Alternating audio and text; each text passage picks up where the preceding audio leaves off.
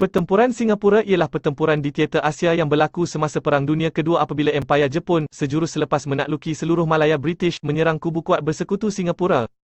Pertempuran itu berlangsung dari 31 Januari 1942 hingga 15 Februari 1942.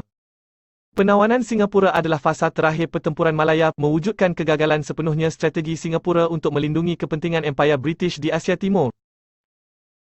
Pertempuran itu mengakibatkan kejatuhan Singapura yang merupakan pangkalan tentera utama British di Timur Jauh dan penyerahan terbesar dalam sejarah ketenteraan UK.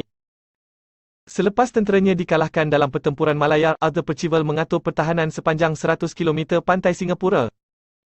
Pada 31 Januari tentera berikat terakhir berundur dari semenanjung Malaysia dan meletupkan jambatan yang menghubungkan Johor dan Singapura.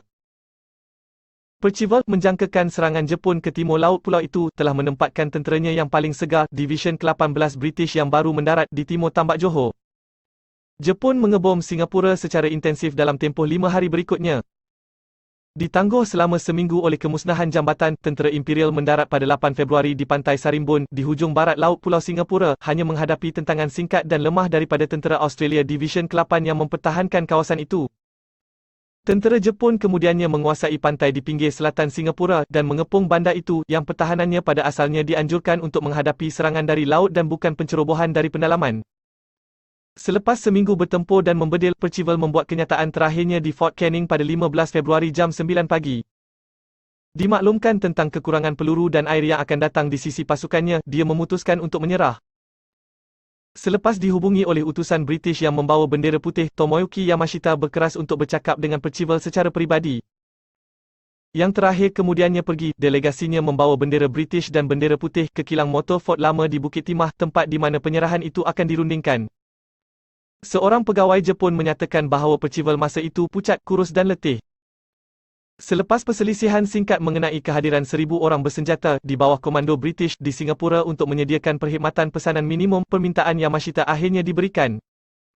Diselesaikan pada pukul 6.10 petang bahawa tentera Commonwealth British akan meletakkan senjata mereka dan menghentikan semua penentangan dari pukul 8.30 malam.